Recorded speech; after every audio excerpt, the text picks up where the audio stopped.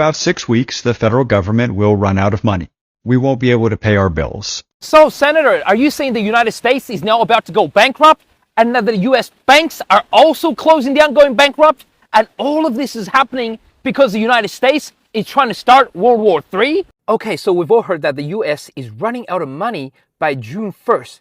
Yes, it's not just the banks that are collapsing, but U.S. government itself. But how did we get here? United States is basically the largest economy on earth.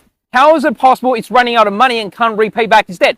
Do you know what the United States spends its money on? Well, see, about 16% of all money that the government spends on is on defense or the military, right? And then another 4% is on veterans. So all up, that's 20%. So in other words, about 1/5 of all the money spent by the US government is basically towards going to war.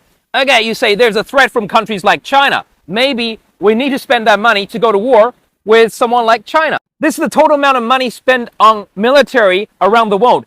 US takes about 40% of the whole world. China, like something like 20%, and that's rest of the world.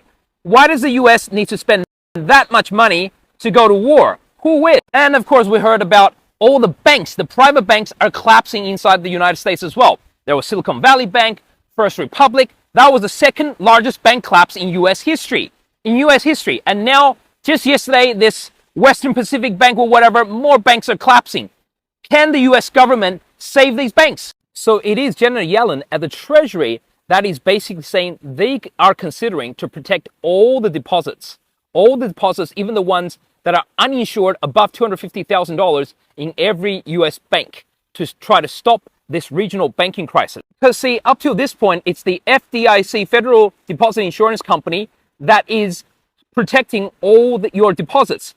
But they're running out of money. They don't have enough because so many banks are collapsing. So the Treasury needs to step in with emergency powers to protect the protectors of your deposits. So get this, the US banks are going bankrupt.